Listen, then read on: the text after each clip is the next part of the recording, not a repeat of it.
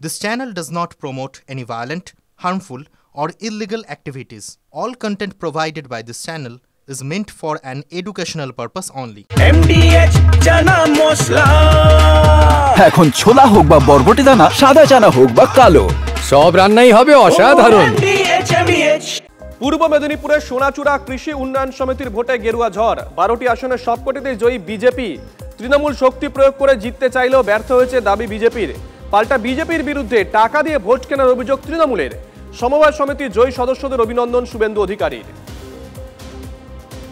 জল যন্ত্রণায় নাজেহাল ঠাকুরপুকুর মহেশতলা ব্লকের কলাগাছিয়া এলাকা। 3 থেকে 4 মাস ধরে জলের তলায় বিস্তীর্ণ এলাকা। বিপাকে কয়েক হাজার বাসিন্দা। প্রশাসনকে বারবার জানিয়েও কোনো কাজ হয়নি বলে অভিযোগ। দ্রুত খাল সংস্কারের আশ্বাস মহেশতলা ব্লক সহকারী সভাপতির। হাইকোর্টের জলপাইগুড়ি সার্কিট বেঞ্চ সংলগ্ন এলাকায় ড্রাগ মাফিয়াদের দৌরাত্ম্যের অভিযোগ। 7 নম্বর ওয়ার্ডে বুলডোজার চালিয়ে ব্রাউন সুগারের ঠেক ভাঙল ক্ষুব্ধ জনতা। দাগি মাদক ব্যবসায়ীদের বিরুদ্ধে থানায় অভিযোগ দায়ের। তদন্তে কোতোয়ালি থানার পুলিশ। নিয়ন্ত্রণ হারিয়ে নয়াঞ্জলিতে উল্টে গেল যাত্রী বোঝাই বাস। পুশুরা শ্রীরামপুরের ঘটনায় আহত বেশ কয়েকজন। 45 জন যাত্রী নিয়ে তারকেশ্বর থেকে খানাকুলের গণেশপুরে যাচ্ছিল বাসটি। আহতদের উদ্ধার করে শ্রীরামপুর গ্রামীণ হাসপাতালে নিয়ে যাওয়া হয়। জলপাইগুড়ির 31 নম্বর জাতীয় সড়কে অজগর উদ্ধারে চাঞ্চল্য। রাস্তার ধারে ঝোপ থেকে উদ্ধার প্রায় 12 ফুটের বার্মিজ পাইথন। ঘটনাস্থলে পৌঁছে সাপটিকে উদ্ধার করে পরিবেশ কর্মীরা। সাপটিকে উদ্ধার করে বন দপ্তরের হাতে তুলে দেওয়া হয়েছে।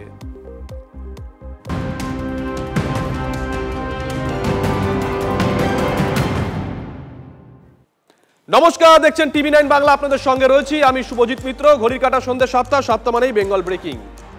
অগস্টের শেষ দিন, রাত পোয়ালে পুজোর মাস। সামনের মাসে আজকের তারিখে দুর্গাপুজোর নবমী। আজকের আকাশটা দেখছেন, পুজোর পারফেক্ট আকাশ যাকে বলে। নীল আকাশে পেজা তুলোর মতন সাদা মেয়ে ঘুরে বেড়াচ্ছে। একবার আপনাদেরকে আজকে আকাশের ছবিটা আমরা ক্যামেরা বন্দি করেছি। ছবিটা একবার দেখাই। দেখুন, ছবিটা দেখে মনে হবে যে পুজো চলে এসেছে। নীল আকাশ, সাদা পেজা তুলোর মতন মেঘ সেই আকাশে রয়েছে। শরতের বাতাসে শিউলির গন্ধ, কাশফুল ফুটে আছে। এই ছবি আমাদের ক্যামেরায় ধরা পড়েছে। আকাশটা আপাতত আপনাদেরকে আমরা দেখাচ্ছি, কিন্তু প্রশ্ন হচ্ছে পুজোয় কি এই আকাশটা থাকবে? এই মুহূর্তে হয়তো হলপ করে বলা সম্ভব নয়, কারণ পুজো এখনো 25 দিন 26 দিন বাকি আছে। কিন্তু যে খবর আমরা পাচ্ছি তা যথেষ্টই দুশ্চিন্তার। কি খবর পাচ্ছি আমরা? কমলেশ রয়েছেন আমাদের সঙ্গে নিউজ রুম থেকে, আমাদের সহকর্মী। কমলেশ, পুজোর মাস কাল থেকেই শুরু হচ্ছে, কি খবর পাচ্ছি আমরা? শুভজিৎ, যে খবর আমরা পাচ্ছি সেটা বেশ দুশ্চিন্তার। এবছর আমরা দেখলাম জুন জুলাই আগস্ট প্রতি মাসে যা বৃষ্টি হয়েছে, হয় দক্ষিণবঙ্গে, নয় উত্তরবঙ্গে, নয় দেশের কোথাও না কোথাও বন্যা বিপর্যয় হয়েছে। এত বৃষ্টি হচ্ছে এবং বর্ষার শেষ মাস অর্থাৎ সেপ্টেম্বরেও বৃষ্টি যা হওয়ার কথা তার থেকে বেশি বৃষ্টির ফোরকাস্ট রয়েছে। আমি একটু যদি ম্যাপে দেখাই, এই লুপটা যদি চালানো যায় পুরোপুরি, হ্যাঁ, এই যে ছবিটা, এই নীল রংটার অর্থ আমরা যেটা খানিকক্ষণ আগে একবার দেখালাম, আবার আমাদের দর্শক যারা এইমাত্র এসেছেন তাদের দেখাবো যে এই নীল রংটার অর্থ হচ্ছে স্বাভাবিকের থেকে বেশি বৃষ্টি, হলুদ মানে হচ্ছে স্বাভাবিকের থেকে কম, আর সবুজ মানে হচ্ছে স্বাভাবিক বৃষ্টি। অর্থাৎ দেশের একটা বড় অংশে যা বৃষ্টি হওয়ার কথা সেপ্টেম্বর মাসে, সে তার থেকে বেশি বৃষ্টি। অর্থাৎ দক্ষিণবঙ্গ এবং পশ্চিম ঝাড়খণ্ড, যেখান থেকে বারবার জল এলে পর আমাদের এখানে অনেকগুলো জেলা ভাসে, সেই সমস্ত জায়গায় দেখা যাচ্ছে সেপ্টেম্বর মাসে স্বাভাবিকের থেকে বেশি বৃষ্টি হতে পারে। যেরকম একটা ছবি আমরা 1978 সালে দেখেছিলাম যে জুন জুলাই আগস্ট বটেই, সেপ্টেম্বর মাসে স্বাভাবিকের প্রায় দ্বিগুণ বৃষ্টি হয়েছিল এবং গোটা দক্ষিণবঙ্গ বন্যার মুখে পড়ে গিয়েছিল। শুভজিৎ, কমলেশ, পুজো তো মানে একেবারে মাসের শেষে, কিন্তু কোন সময়টা বৃষ্টি হতে পারে? আমরা 4 ভাগে 4টে সপ্তাহে কেমন বৃষ্টি হতে পারে তারও একটা আভাস মৌসুম ভবন দিয়েছে। সেটাতে যেটা দেখা যাচ্ছে, দেখো, আগামী 24 ঘন্টার মধ্যে উড়িষ্যা উপকূলে একটা নতুন নিম্নচাপ হবে। তার প্রভাবে উড়িষ্যাতেই বেশি বৃষ্টি হবে, দক্ষিণবঙ্গে বৃষ্টি বাদলা হবে, কিন্তু সেটা অতি বৃষ্টি নয়। তারপরে যে 2 সপ্তাহ 5 থেকে 11 সেপ্টেম্বর, এখানেও দেখা যাচ্ছে অনেকটা বৃষ্টি বিভিন্ন জায়গায় হবে, তবে দক্ষিণবঙ্গ আহামরি ভাসিয়ে দেওয়ার মতো বৃষ্টির আশঙ্কা তুলনায় কম। তারপরের যে সপ্তাহ 12 থেকে 18 সেপ্টেম্বর, এখানেও দেখা যাচ্ছে যে বেশ কিছু জায়গায়, বেশ কিছু রাজ্যে, বিশেষ করে উড়িষ্যা, মধ্য ভারত, উত্তর ভারতে বৃষ্টি অনেকটাই হবে। দক্ষিণবঙ্গে কিছু জায়গায় একটু বেশি বৃষ্টি হতে পারে, কিছু জায়গায় বৃষ্টি তুলনামূলক কম, কিন্তু একেবারে ভাসিয়ে দেওয়ার মতো বৃষ্টির চান্স কম। কিন্তু মানে এটা হচ্ছে তোমার ওই বিশ্বকর্মা পুজোর সপ্তাহটা, পুজোর আগের সপ্তাহটা। ঠিক, হ্যাঁ। এবার এই বিশ্বকর্মা পুজোর পরের সপ্তাহেই তো মহালয়া, সেই সপ্তাহটা কিন্তু খুব দুশ্চিন্তার। এখানে যেটা দেখা যাচ্ছে, উত্তর পশ্চিম ভারতে বৃষ্টি নেই, মানে এই সময় উত্তর পশ্চিম ভারত, রাজস্থান বা এই অঞ্চল থেকে বর্ষা বিদায় নেবে। কিন্তু পূর্ব ভারতে যদি দেখা যায়, এই অঞ্চলটা বঙ্গোপসাগরের পাশে বাংলাদেশ, দক্ষিণবঙ্গ, এদিকে উড়িষ্যা, ঝাড়খণ্ড, বিহার, এমনকি উত্তরবঙ্গ, সিকিমেও বৃষ্টি স্বাভাবিকের থেকে অনেক বেশি হতে পারে। অর্থাৎ মহালয়ার যে সপ্তাহটা, মহালয়ার আগে যে সময়টা পুজোর কেনাকাটা চরমে পৌঁছবে, প্রতিমা শুকনো, প্যান্ডেল তৈরি কাজ একেবারে শেষ মুহূর্তে, সেই সময় অনেক বেশি বৃষ্টির পূর্বাভাস রয়েছে। পুজোর সপ্তাহে কি হবে এখনো স্পষ্ট নয়, কিন্তু পুজোর আগে প্রকৃতি বেশ ভোগাবে এবং যদি ঝাড়খণ্ডে বেশি বৃষ্টি হয় তাহলে বন্যার একটা আশঙ্কা অনেক জায়গাতেই থেকে যাচ্ছে। শুভজিৎ, নজর থাকবে কমলেশ, নজর রাখো। রাজনীতির খবরে আসি। টার্গেট 26, তৃণমূলের বাঙালি অস্মিতার পাল্টা দিতে প্রস্তুতি নিচ্ছে গেরুয়া শিবির। বাংলা বিরোধী তকমা ঘোচাতে এবার দুর্গা সহায় বিজেপি। শারদ উৎসবে মানে দুর্গাপুজোতে বাঙালি মিলন সমারোহ নামে কর্মসূচি করবে গেরুয়া শিবির। অর্থাৎ 2021-এ বাঙালি অস্মিতার শান দিয়ে তৃণমূল কংগ্রেস পলিটিক্যাল ডিভিডেন্ড পেয়েছিল, এবারও তারা শান দিতে শুরু করেছে। কিন্তু পলিটিক্যাল ডিভিডেন্ড যাতে একা তৃণমূল কংগ্রেস ঘরে তুলতে না পারে, সেখানে যাতে তারা থাপা বসাতে পারে, তার জন্য ইতিমধ্যেই একটি নতুন কর্মসূচি নিয়ে ফেলেছে বিজেপি। এই কর্মসূচির নাম দেওয়া হয়েছে বাঙালি মিলন সমারোহ। ঠিক কি এই কর্মসূচি, কবে থেকে শুরু হবে?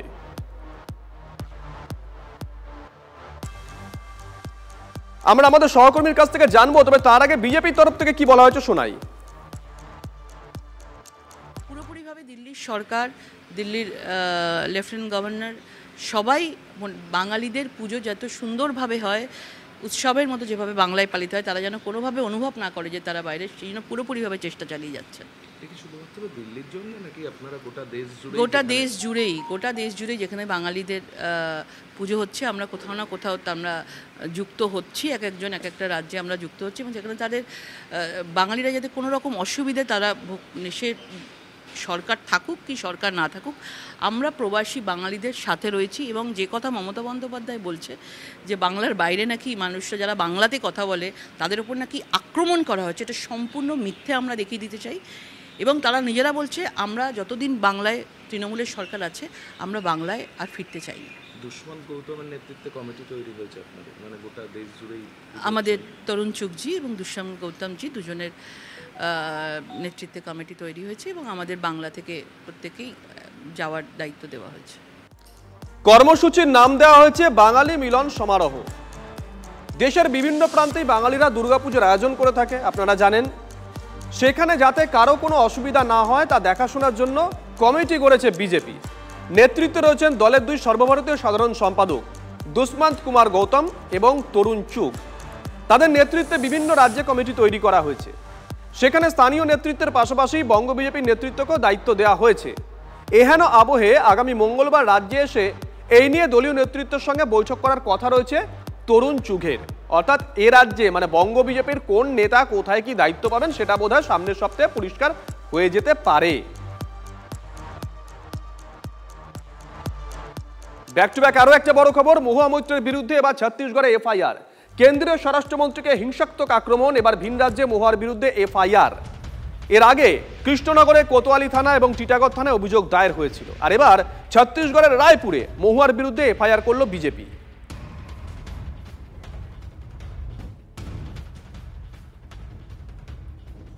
बहुत दुखी होकर इस एफआईआर को दर्ज कराया जब मैंने देखा मेरे समाज से श्रीमती महुआ मोइत्रा आती है और देश की सांसद है और इतना इरिस्पॉन्सिबल एक बयान वो देती है।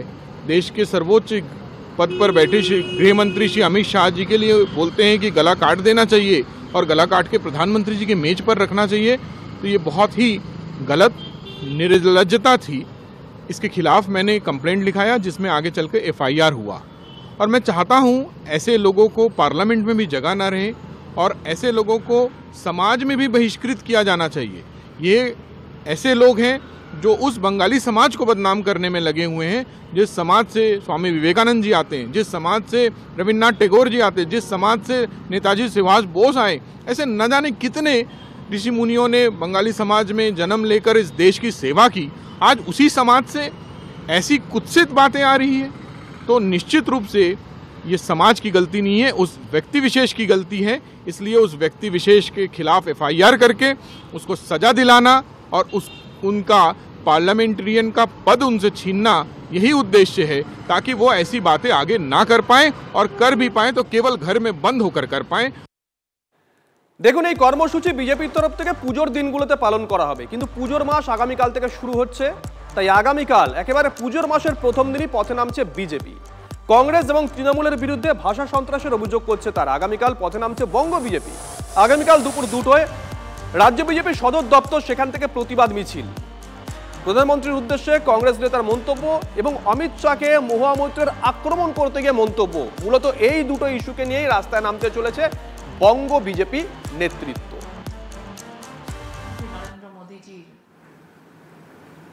তার মাকে নিয়ে যেভাবে শব্দ ইউজ করা হয়েছে, যেভাবে তার মাকে নিয়ে কথা বলা হয়েছে, অসম্মানজনক কথা বলা হয়েছে, এবং কিছুদিন আগে তৃণমূলের সাংসদ মহুয়া মৈত্র দেশের হোম মিনিস্টার, কোনো পার্টির হোম মিনিস্টার নয়, তাকে নিয়ে যেভাবে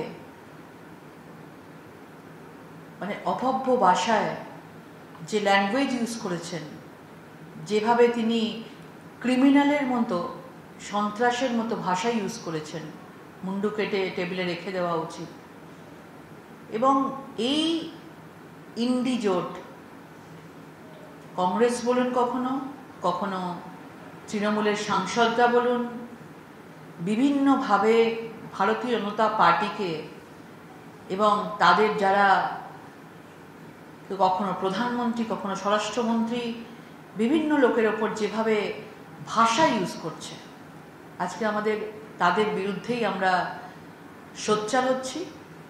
এবং আমরা এই সোচ্চার, এই আওয়াজ তোলবার জন্য আমরা আগামীকাল আমরা মুরলীধর সেন স্ট্রিট থেকে আমরা দুপুর 2টোর সময় আমরা একটা প্রতিবাদ আন্দোলন, প্রতিবাদ মিছিল রেখেছি। সেটা বল্লভভাই প্যাটেলের কাছে গিয়ে আমরা শেষ করব।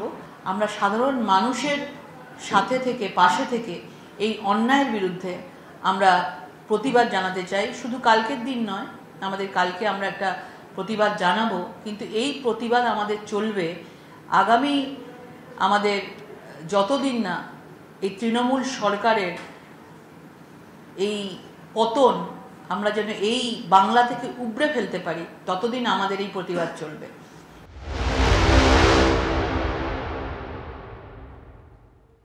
বড় খবর নিঃসন্দেহে গতকাল রাত 8টা থেকে ধারাবাহিকভাবে এই খবরের দিকে নজর রাখছি আমরা, এবং ধারাবাহিকভাবে সেটা আপডেটও হচ্ছে। এসএসসির দাগির তালিকায় অনেক শাসক নেতার নাম। তালিকায় হদিশ মিলেছে বিধায়কের পুত্রবধূ, মন্ত্রী সর্বক্ষণের সঙ্গী। দাগি তালিকায় তৃণমূল বিধায়ক নির্মল ঘোষের পুত্রবধূ রয়েছেন। দাগি তালিকায় শিক্ষক শামসুদ্দিন আহমেদ, যিনি মন্ত্রী সাবিনা ইয়াসমিনের ঘনিষ্ঠ। শামসুদ্দিনের স্ত্রী আবার জেলা পরিষদের সদস্য। তালিকায় রয়েছেন পিংলা তৃণমূল কংগ্রেস নেতা অজয় মাঝির নাম। দাপুটে নেতা উনি নাকি, কান পাতলে শোনা যায়। তার নামও রয়েছে, যদিও ক্যামেরার সামনে আজকে আসতে চাননি তিনি, কার্যত এড়িয়ে গেছেন, মুখ দেখাতে লজ্জা পাচ্ছেন হয়তো। তালিকায় রয়েছে আরামবাগের তৃণমূল নেতা শ্রী নমিতা আদক। তালিকায় রয়েছে রাজপুর সোনারপুরের কাউন্সিলর কুহেলি ঘোষ, মানে আমজনতার ভোটে জিতে কাউন্সিলর হয়েছেন সেই কুহেলি ঘোষ। দাগি তালিকায় রয়েছে হিঙ্গলগঞ্জের টিএমসি সভানেত্রীর মেয়ে প্রিয়াঙ্কা মণ্ডল। দাগি তালিকায় নাম হুগলি জেলা পরিষদের প্রাক্তন সদস্য বিভাস মালিক, মানে আমজনতার ভোটে জিতে জেলা পরিষদের সদস্য হয়েছিলেন। নাম রয়েছে হুগলি জেলা পরিষদের সদস্য সাইনা সুলতানার। সাইনা সুলতানা একটা সময় হুগলি জেলা পরিষদের শিক্ষা কর্মাধ্যক্ষ ছিলেন, ঠিক সেই সময় যে সময় উনি চাকরি পেয়েছিলেন, ভেবে দেখুন একবার। নাম আছে রাজ্যের প্রাক্তন মন্ত্রী পরেশ অধিকারীর মেয়ে অঙ্কিতা অধিকারীর।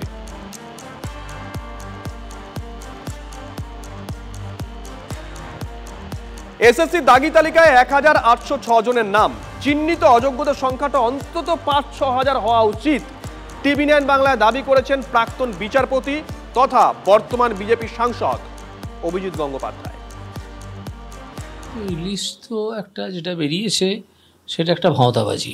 সুপ্রিম কোর্ট যে বলেছিল অযোগ্য ক্যান্ডিডেটদের নাম প্রকাশ করতে হবে, সব অযোগ্য ক্যান্ডিডেট নাম এরা প্রকাশ করেনি। কারণ কত রকমের অযোগ্যতা ছিল। একটা হচ্ছে ওএমআর শিটে পেয়েছে 3, করে দিয়েছে 53, এই একটা লোক ছিল একদল। একদল ছিল পরীক্ষাতেই বসেনি অথচ তাদের নাম চলে এসেছিল। একদল ছিল যারা লিস্ট এক্সপায়ারের পরে যাদেরকে রেকমেন্ড করে অ্যাপয়েন্টমেন্ট লেটার দিয়ে দেওয়া হয়েছে। একটা আশ্চর্য ঘটনা ছিল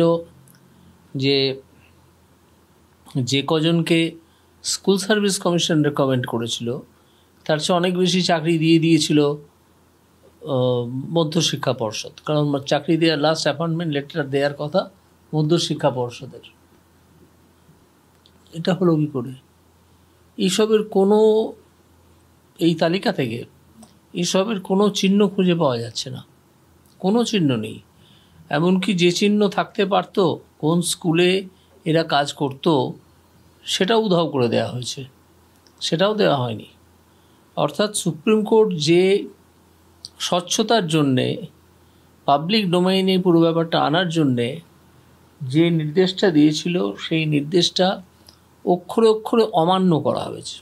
মান্যতা তো দেওয়াই হয়নি, অমান্য করা হয়েছে। কোর্ট বলেছে যে তুমি প্রেজেন্ট যে অর্ডার, তুমি অযোগ্যদের নামগুলো প্রকাশ করো। কোথায় এত ধরনের অযোগ্য আছে? এটা কোন ধরনের অযোগ্য? সেসব তো কোনো ইন্ডিকেশন পাওয়া যাচ্ছে না। উল্টে আমি আজ সকাল পর্যন্ত যা খবর পেয়েছি, আজ দুপুর পর্যন্ত, তাতে এরকম অনেক নাম খুঁজে পাওয়া যাচ্ছে যারা অযোগ্য, কিন্তু এই তালিকায় তাদের নাম আসেনি। স্কুল সার্ভিস কমিশন আর রাজ্য সরকার কত রকমের ভাঁওতাবাজি চালাবে। এবার সুপ্রিম কোর্টকে ভাঁওতা দিচ্ছে। সুপ্রিম কোর্ট এত বোকা নয়, এই ভাঁওতা নিশ্চয়ই ধরে ফেলবে। অন্য পক্ষের আইনজীবীরাও আছেন, তারাও ধরিয়ে দেবেন। 5,000, 6,000, 5,000 থেকে 6,000 জনের তালিকা হবে। 1804 1806 জন দাগি, লজ্জার মাথা খেয়ে তার মধ্যে 1400 জন জানেন এই পরের পরীক্ষার জন্য আবেদন করেছিল। মানে যদি শতাংশ হিসাব বলেন 74%। সব থেকে বড় কথা, আবেদন পরীক্ষায় মানে এই আবেদন প্রক্রিয়ায় কোনো ছাঁকনি এসএসসি রাখেনি। তথ্য গোপন করে চাইলেই আবেদন করতে পারে দাগিরা। বোধহয় এইরকমই একটা ব্যবস্থা করে রাখার ছিল। হাতে নাতে প্রমাণ দিয়ে সেই খবর প্রকাশ্যে আনি আমরা TV9 বাংলা। 1400 দাগির অ্যাডমিট কার্ডে অনুমোদন দিয়েছিল এসএসসি। সুপ্রিম কোর্টের কড়া পর্যবেক্ষণে বাতিল হলো অ্যাডমিট কার্ড। অ্যাডমিট কার্ড বাতিল না হলে পরীক্ষাতেও বসতেন এই দাগিরাও। সেই আশঙ্কার কথাই সামনে এনেছিলাম আমরা TV9 বাংলা। তারপরেই জলগড়ায় সুপ্রিম কোর্টে ঘুরপথে ফের দাগিদের পরীক্ষায় বসাতে চাইছিল রাজ্য, এই অভিযোগ ওঠে সুপ্রিম কোর্টে। আমরা দেখতে পাবো মূল 5টি স্টেপ, যেখানে স্টেপ 1-এ বলা হচ্ছে একটি প্রোফাইল পিকচার আপলোড করতে, স্টেপ 2-তে ইমেল আইডি ভেরিফিকেশন, স্টেপ 3-তে থাকছে মোবাইল নাম্বার ভেরিফিকেশন, স্টেপ 4-এ ইতিমধ্যেই কিন্তু প্রোফাইল ভেরিফাইড হয়ে গিয়েছে, আর স্টেপ 5-এ থাকছে অ্যাপ্লিকেশনস কমপ্লিট হওয়ার ক্ষেত্রে। অ্যাপ্লিকেশন প্রসেসে গিয়ে দেখা যাচ্ছে যে এই প্রক্রিয়াগুলো কমপ্লিট হলেই কিন্তু পেমেন্টের জায়গায় পৌঁছে যাওয়া যাচ্ছে। অর্থাৎ কোনো অযোগ্য ব্যক্তি বা কোনো দাগি ব্যক্তি তিনি যদি চান তিনি সহজেই কিন্তু এই অ্যাপ্লিকেশন প্রসিডিওরে অংশগ্রহণ করতে পারেন, এবং কোনোভাবেই কিন্তু তাকে এই অ্যাপ্লিকেশন প্রসিডিওরে ছেটে ফেলার কোনো জায়গা নেই। এই অ্যাপ্লাই নাও সিস্টেমে গেলেই কিন্তু এই ক্যান্ডিডেট আইডির মাধ্যমে পৌঁছে যাওয়া যাচ্ছে এইভাবে একটা স্ক্রিনে, এবং সেখান থেকে কিন্তু পেমেন্ট কমপ্লিট করে অ্যাপ্লিকেশন কমপ্লিট হয়ে যাচ্ছে, যেটা সরাসরি দেখা যাচ্ছে। ফলে এখানে মূলত দুটো বিষয়ে অবকাশ থেকে যাচ্ছে। এক, যে 10 নম্বর গ্রেস মার্ক বা 2016 ক্যান্ডিডেট কেউ তিনি যদি সেটা জানাতে চান তাহলেই কিন্তু এসএসসি জানতে পারবে যে ইনি 2016 যোগ্য শিক্ষক। কিন্তু কেউ যদি তার এই পরিচয় গোপন করে যান তাহলে কিন্তু তিনি সহজেই একজন দাগি ক্যান্ডিডেট হলেও অ্যাপ্লাই করে দিতে পারবেন, আবেদন করে দিতে পারবেন। এদিকে অ্যাডমিট কার্ড বিতর্কে রাজ্যকে নিশানা করেছেন শুভেন্দু অধিকারী। এসএসসির এক্সাম 7 তারিখে হওয়ার প্রস্তুতি চলছে। সুপ্রিম কোর্টের নির্দেশ, ডিভিশন বেঞ্চের নির্দেশের পরেও 1400টা অ্যাডমিট কার্ড বাতিলের মধ্য দিয়ে প্রমাণ হয়েছে যে টেন্টেড লোকেদের সুপ্রিম কোর্টের নির্দেশকে বুড়া আঙুল দেখিয়ে অ্যাপ্লাই করার সুযোগ শুধু দিয়েছে তা নয়, অ্যাপ্লাই করতেই পারে, অনলাইন পোর্টাল খোলা আছে। অ্যাডমিট কার্ডটা ইস্যু কে করেছে? অ্যাডমিট কার্ড ইস্যু করছে উচ্চশিক্ষা দপ্তর, এসএসসি। তার মানে এই সরকার সুপ্রিম কোর্টের নির্দেশ বাতিল করেও স্বাভাবিকভাবে পুরো বিষয়টা একটা অস্বচ্ছ। এসএসসির দাগির তালিকায় শুভেন্দু অধিকারীর লোকেদেরও নাম রয়েছে, এমনই বিস্ফোরক অভিযোগ করেছেন কল্যাণ বন্দ্যোপাধ্যায়। শুনুন। বিজেপি নেতা নেতৃত্বের নাম এসেছে তো। আচ্ছা, সেগুলো দেখুন, কাগজেই তো আছে, খবরেই তো আছে। বিজেপির নেত্রীরা পেয়েছে, তৃণমূলের থেকে বিজেপিতে চলে গেছে। সব শুভেন্দু অধিকারী ওপাশে করিয়েছে। মেদিনীপুর, দুটো মেদিনীপুর আর বাঁকুড়া, দেখুন সবচেয়ে বেশি ওইখান থেকে এসেছে। দেখুন, বাজার গরম না করে যদি হিম্মত থাকে মামলা করুন, বাজার গরম করার কি দরকার আছে? বরঞ্চ সুকান্ত মজুমদার লিস্ট দেখে দেখে বলে দিই যে বিজেপির কতগুলো লোক ওর মধ্যে ছিল, শুভেন্দু অধিকারীর কতগুলো লোক ওই লিস্টের মধ্যে রয়েছে পূর্ব মেদিনীপুর, পশ্চিম মেদিনীপুর, বাঁকুড়ায়, সেটা সুকান্ত মজুমদারকে দেখতে বলুন। ফিরে এলাম ব্রেকের পর। অ্যাপ বাইক চালকের হাতে আক্রান্ত এক ব্যবসায়ী। জোড়াবাগান থানায় অ্যাপ বাইক চালকের নামে অভিযোগ দায়ের। বুকিং ক্যান্সেল করা নিয়ে ব্যবসায়ীর সঙ্গে বাইক চালকের বিবাদ। বুকিং ক্যান্সেল করা নিয়ে বিবাদের সূত্রপাত। ব্যবসায়ীকে মারধরের অভিযোগ বাইক চালকের বিরুদ্ধে। তো আমি বলি, আপনি তো নিজেই নারাজ যেতে, তাহলে আপনার ক্যান্সেল করতে কি অসুবিধা? তো তখন উনি হঠাৎ করে উঠে আমার চোখের মধ্যে এক ঘুষি মারে। এই চোখটা আপনি যদি দেখতে পান বুঝতে পারবেন। তো উনি কি আমার জায়গায় অন্য কোনো মহিলা বা কোনো বয়স্ক লোক থাকলে তাকেও ধরে পেটাতেন? এটাই আমার জানার বিষয়, যে আমরা যে অ্যাপগুলো ইউজ করছি তার মানুষের সিকিউরিটিটা কোথায়? অ্যাপগুলো কি আদৌ যারা বাইক চালাচ্ছে বা গাড়ি চালাচ্ছে তাদের ব্যাকগ্রাউন্ডটা যাচাই করে দেখছেন যে তাদের মধ্যে কোনো ক্রিমিনাল মানসিকতা আছে কি না? কারণ এইভাবে তো মানুষ আক্রান্ত হচ্ছে। আরে কম দে কিন্তু খাঁটি দে। MDH কাশ্মীরি লাল লঙ্কার গুঁড়ো।